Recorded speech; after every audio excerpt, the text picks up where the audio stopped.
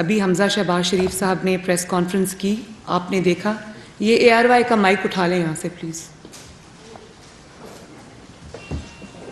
میں کسی black mailer channel کو جو کسی ایجنڈے پہ ہے، میں اس کا مائک یہاں نہیں. یہ اٹھا لیں پلیز.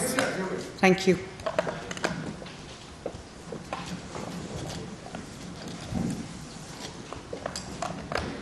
جو بھی یہاں پر ARY کے نمائندہ بیٹھے ہوئے ہیں، میں ان کی بڑی رسپیکٹ کرتی ہوں، مجھے ان سے کوئی پرابلم نہیں ہے. لیکن ایک ایسا چینل جو کہ ایجنڈے پہ ہے، اداروں کے خلاف پورا نیریٹو بلڈ کر رہا ہے، ملک میں انتشار پھیلانے کے لیے عمران خان کا ساتھ دے رہا ہے کیونکہ اس نے اس سے 40 ارب روپیہ کھایا ہے اور وہ اپنے پیسے کو بچا رہا ہے، تو میں اس کے ساتھ بات کرنے کو تیار نہیں ہوں. اچھا، یہ جو افسوسناک واقعہ ہوا اس میں سب سے بڑی بیٹی اس کی 11 سال کی ہے، چھوٹا بچہ اس کا 8 ماہ کا ہے. اس واقعے سے نہ صرف عمران خان کا مکروہ چہرہ قوم کے سامنے آیا ہے، بلکہ جو لانگ مارچ کے مقاصد ہیں اس میں اب کوئی شک و شبے کی گنجائش نہیں رہ گئی. اور یہ تو آج انہوں نے خود سیدھی قانون نافذ کرنے والے ادارے کے سینے پر گولی چلا کے انہوں نے یہ بتا دیا کہ ہمارے ارادے کیا ہیں.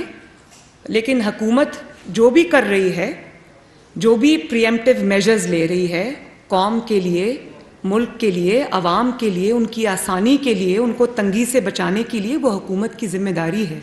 لیکن اس کے علاوہ حکومت کو انٹیل ملی تھی کہ انہوں نے پورا ارادہ یہ رکھا ہوا ہے کہ یہ ان کے پاس آنسو گیس کے شیلز بھی ہیں، انہوں نے اسلحہ بھی جمع کر رکھا ہے، ان کے پاس ڈنڈے بھی ہیں، اور ان کے پاس ہر وہ چیز ہے جس سے ان کی پوری کوشش ہے کہ لا انفورسمنٹ ایجنسیز کے اوپر یہ اٹیک کریں، ان کو ماریں، ان خون اور انتشار کا کھیل کھیلیں.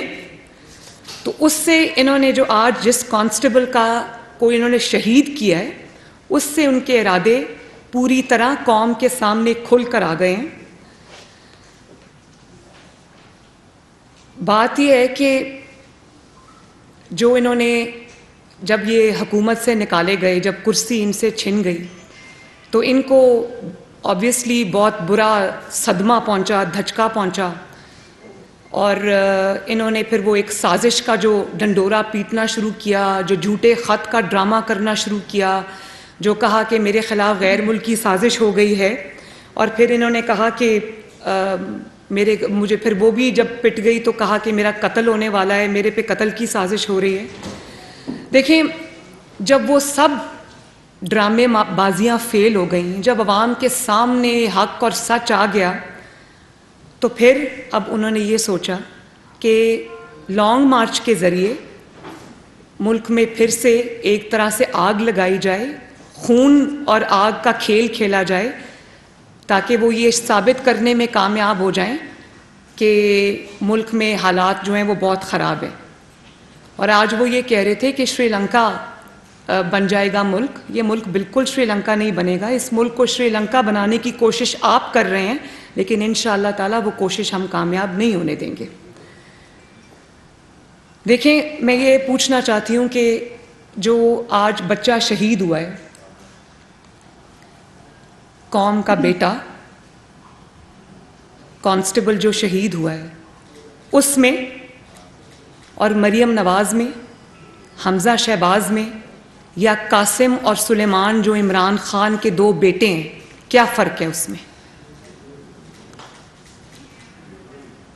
فرق یہ ہے کہ وہ عمران خان کے بیٹے ہیں تو وہ باہر رہیں گے، ان کو کوئی ہاتھ نہیں لگائے گا، وہ سیف اور ساؤنڈ ایک انوائرمنٹ میں رہیں گے.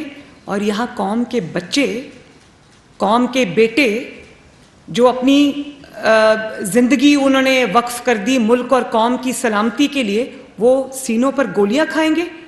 اور اس لیے کہ ایک آدمی کی کرسی کی ہوس اس کو چین نہیں لینے دیتی.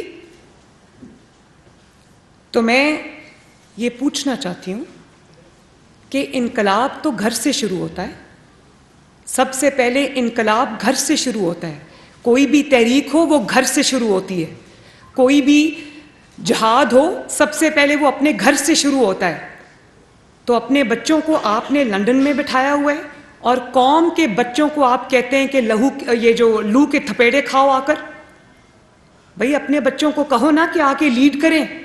قوم کے بچوں کو جن کو آپ سڑکوں پہ لا کر مار پڑوانا چاہتے ہو, مارنا چاہتے ہو, ان کی فرنٹ لائن پہ اپنے دونوں بیٹوں کو کھڑا کرو تاکہ لوگوں کو پتہ چلے کہ آپ کسی آزادی کے لیے, انقلاب کے لیے مارچ کر رہے ہو.